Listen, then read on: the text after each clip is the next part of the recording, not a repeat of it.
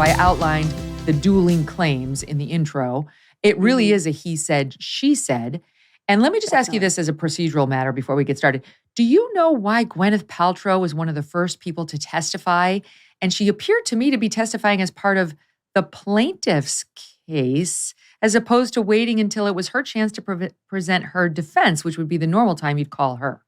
I am unsure of that. And I found that to be very odd that the plaintiff called her during his case. And apparently, obviously, that is allowed in this type of trial in Utah. But I found it to be very odd because maybe they're trying to show, oh, look, here she is. She's a celebrity. She wants to get out of this.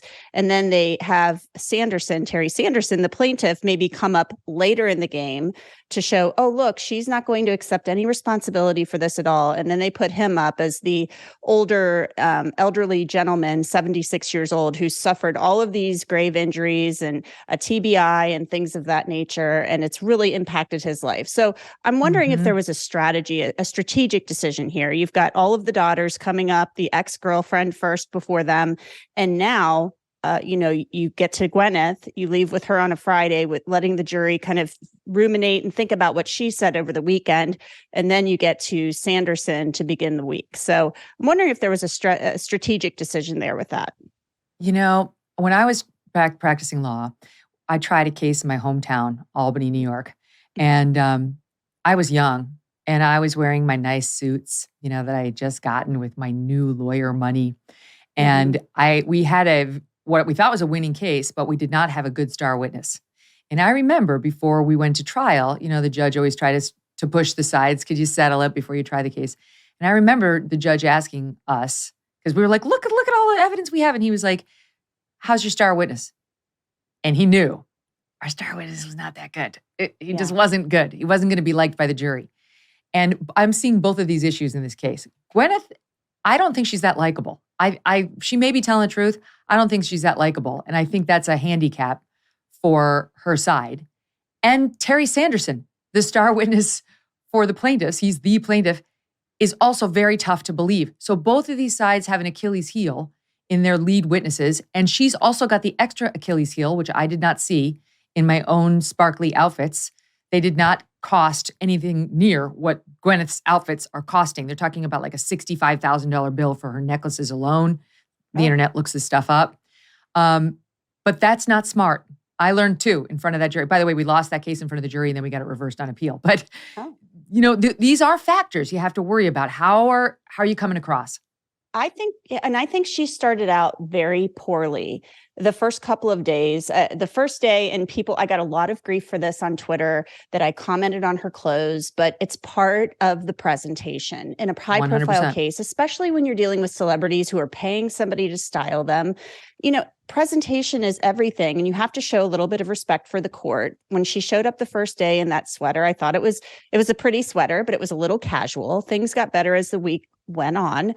This is later. I think that it matters, and how you convey yourself to the jury matters. And when she was sitting there looking like, oh, this is I'm so inconvenienced by this, the pouting, the faces, I don't think that plays well. Now, maybe the jury there in Park City, Deer Valley will be okay with this, but I don't think it was a good look for her.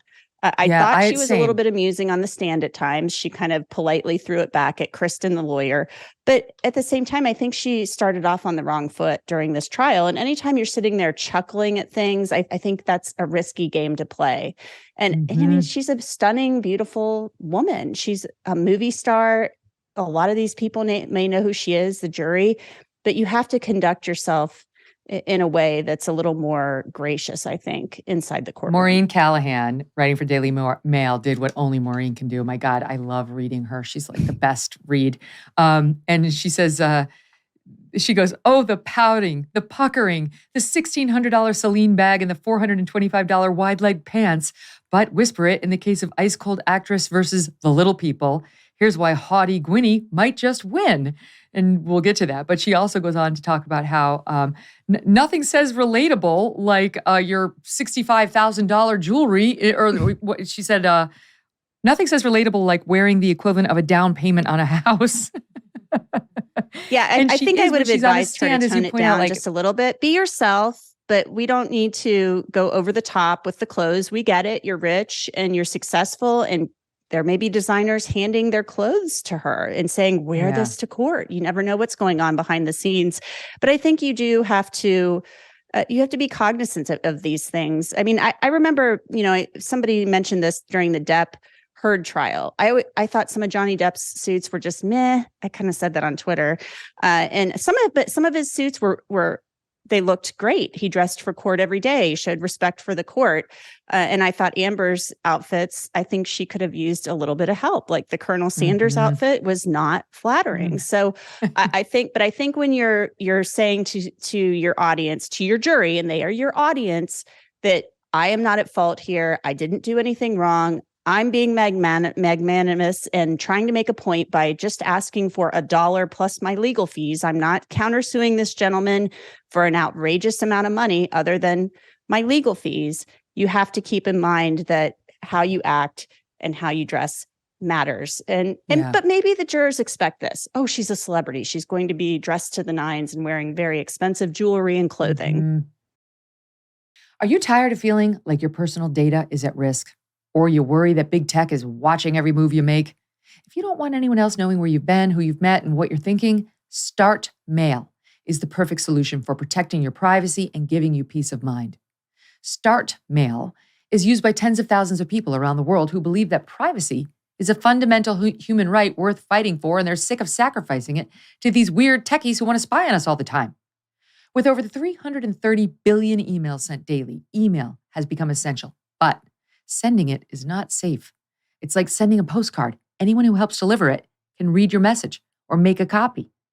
Big tech email providers can scan, analyze, and save details of every single email you send and receive, even after you delete it.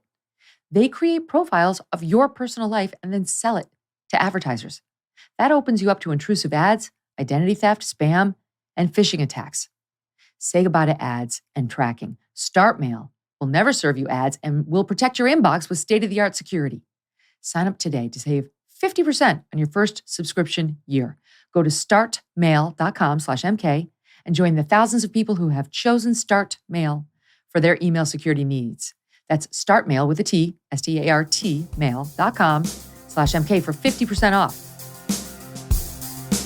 Hey, thanks so much for watching. If you like what you just saw, hit the subscribe button for more clips and full episodes.